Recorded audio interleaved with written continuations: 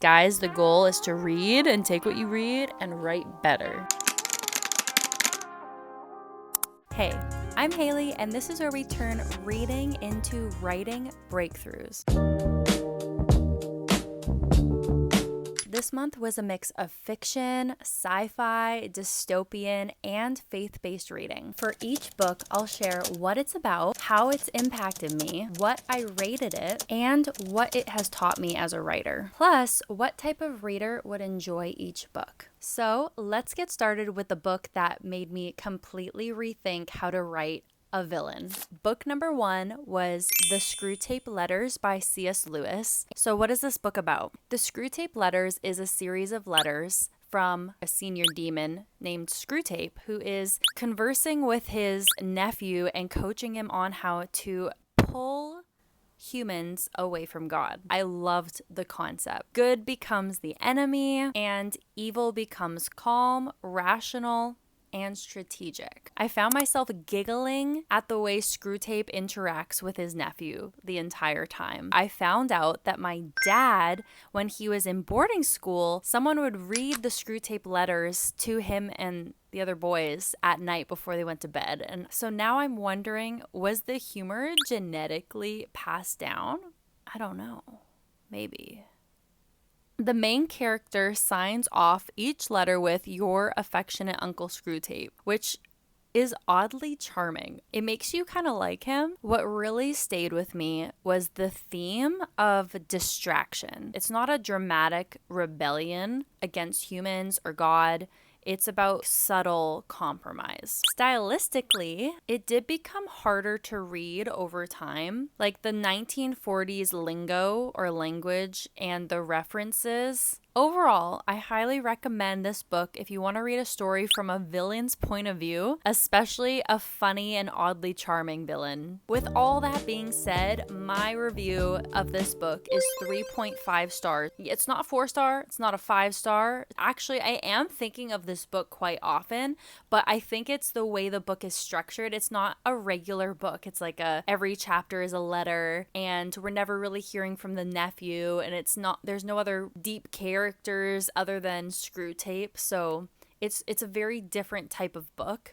Like I said, we are going to be applying what we learn from what we read to our writing. So if you're a writer, I just want to quickly say, this taught me how powerful perspective can be. Flipping the moral lens completely changes how a reader experiences a story. It also reminded me that antagonists don't need chaos to be compelling. They need clarity and persuasion. As a reader, if you enjoy books that make you think deeply about influence, morality, and the quiet shaping of life, you'll appreciate this book, especially if you like unusual narrative perspectives. Side note, if you're into books and want to learn how even a 1-star read can make you a better writer, make sure you're subscribed so you don't miss next month's What I Read video.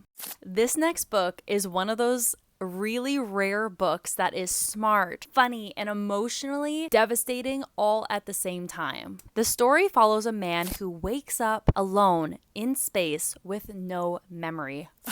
Like, I can't even. And he slowly realizes he's on a mission to save Earth, and he's in outer space. You might have guessed it, but this book is Project Hail Mary by Andy Weir. This book made me feel so many emotions. I was intrigued by the character's humor from the very beginning of this book. It was very different and unique. So he's intelligent but self-aware, and that balance made him incredibly enjoyable to read. I had previously watched The Martian, which is a movie by Andy Weir. I mean, he wrote the book The Martian, and then it became a movie, and I had to read this book before it became a movie, which it's about to. I did like The Martian, but this book was better.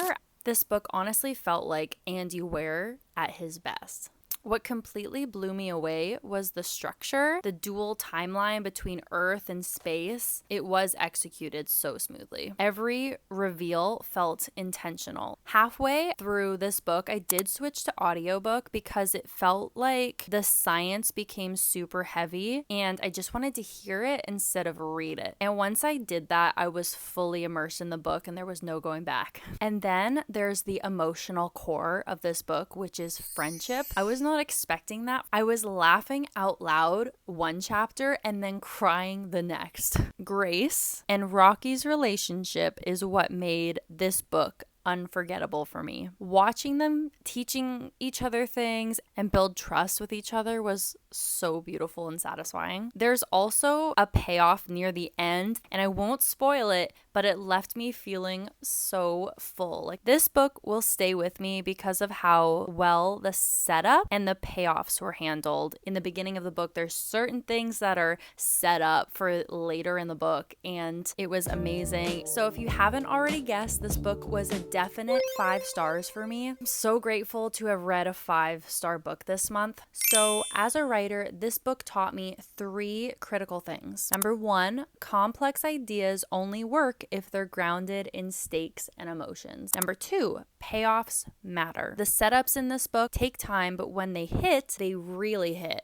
Number 3, character relationships, especially friendship, can carry an entire story. There is no romance. And then as a reader, if you love fast-paced sci-fi with humor, heart, and friendship that carries the story, this one's for you. By the way, if you're still here, you're my kind of reader. Make sure to like this video so I know to make more content like this in the future. Here we are, book number 3.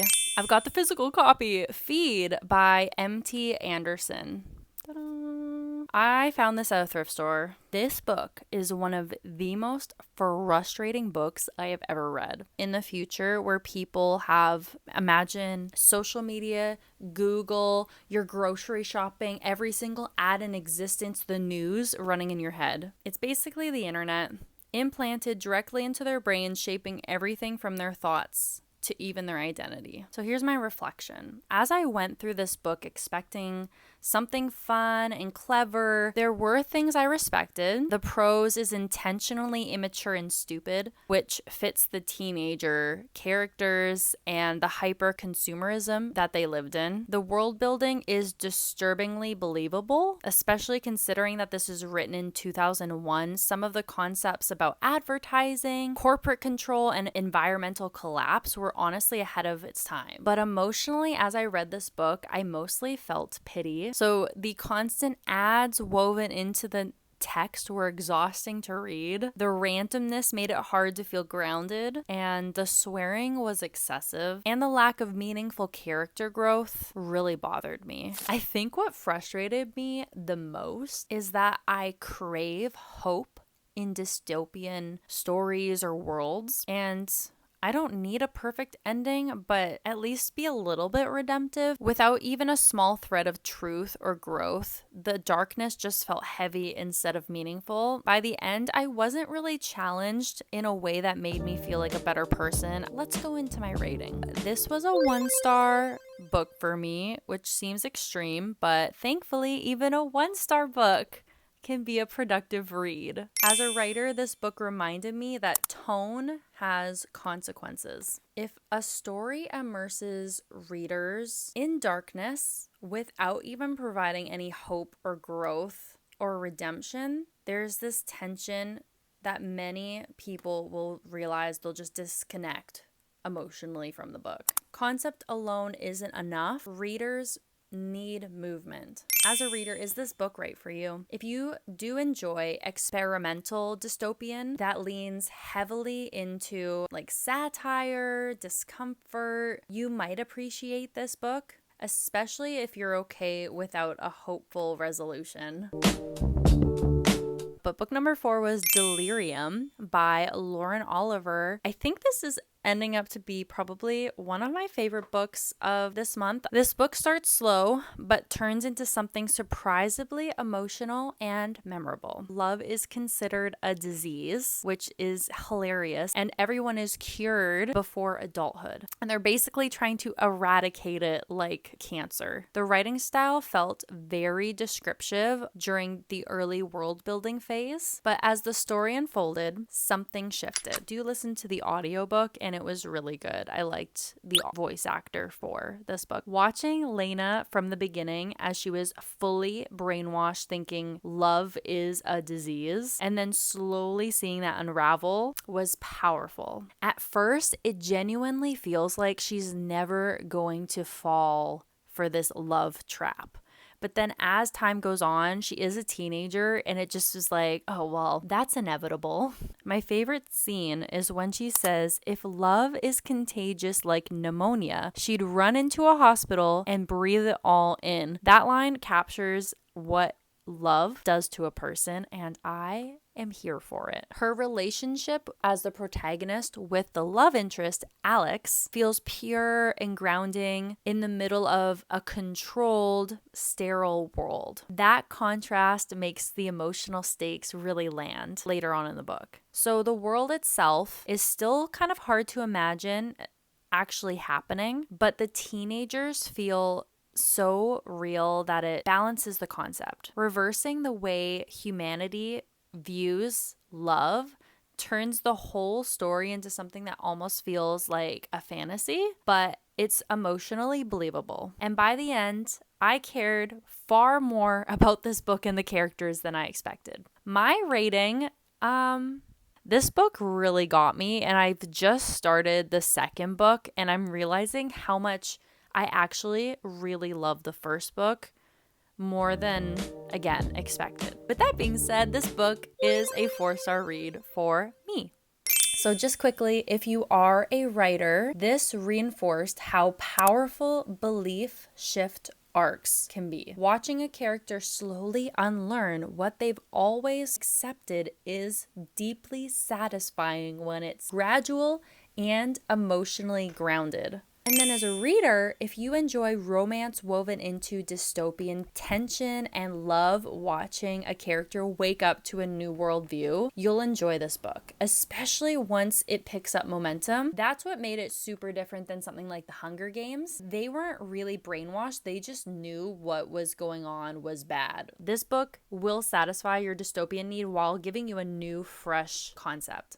All of my reviews are on Fable and GoodReads, so you can check those out anytime. I link them in the description. Okay, so book number 5 is a nonfiction book called No More Boring Bible Study by Faith Womack. This book is a structured guide to studying the Bible in a way that's intentional, engaging, and rooted in identity, obedience, worship, and heart posture. About 80% into the book, I read this quote, and this paragraph alone made it worth reading. Actions do follow the heart's posture. Our actions and obedience should be road signs along the way that reveal what we worship. Our priorities reveal our idols. Our distractions reveal our doubts. Our goals reveal our worship. Our neglect reveal our disbelief. For majority of the book, I found myself thinking this would be especially powerful for new Christians or teenagers. The concepts weren't brand new to me, but sometimes review is what exposes heart posture the most. And girl or dude, I needed it. She had this brilliant concept called familiarity poison that felt like a loving wake-up call. She mentions it in chapter 14, and the idea is that we can grow numb to the basics because they feel basic. I listened to the audiobook, and I do think that affected my experience of the book as a whole. It felt more like sitting in a structured teaching session than being pulled into something immersive, which is what I enjoy. I might have connected more deeply with a physical copy of this book where I could underline and process things slowly. That's why I landed at 3.5 stars. It was solid, it was grounded, it was valuable. And so as a writer, this reminded me that nonfiction books aren't just about getting information to the reader. So foundational ideas don't have to be flashy to be impactful, but they do need to be organized and engaged to truly land. And honestly, I prefer storytelling, and I'm going to remember that even if I ever do write a nonfiction book. That was my 5th book. Guess what, guys? I read 6 books in February, which sounds impossible, but it happened. I'm grateful for audiobooks. It does make it easier to fit more books in, but I wasn't expecting more than 4 books. And I finished 4 books last month and 6 books this month. So book number 6. Okay, this last book is a classic that many people probably grew up loving. So A Wrinkle in Time is by Madeline L'Engle. I think it's over 50 years old. A Wrinkle in Time follows Meg Murray, who is a girl who feels awkward and unintelligent, basically stupid, as she travels across space and time to rescue her father from a dark force threatening the universe. So my experience of the book is that it's definitely a children's book, and for me, that was part of the challenge. I think a lot of children's books are easy to read, like Narnia, but this one, I found myself wanting more depth than the story offered. One thing I've realized about my reading preferences is that I love stories that stay closely rooted in one main character's perspective. The style felt more distant and like the narrator's just talking about all the characters all the time, which made it harder for me to fully immerse myself in the world or the story. The most compelling part for me was Meg's internal struggle. My book that I'm writing, I was trying to find comparable books of the way I write and the storyline and the plot, and AI recommended this book, and after reading it, I'm like, I think the only thing that is comparable is maybe Meg's internal struggle with identity and feeling stupid. I read this book because it was a comp to my book, and I realized it's really not. My book's not a children's book, but I'm glad I read it. But beyond that, the characters didn't really feel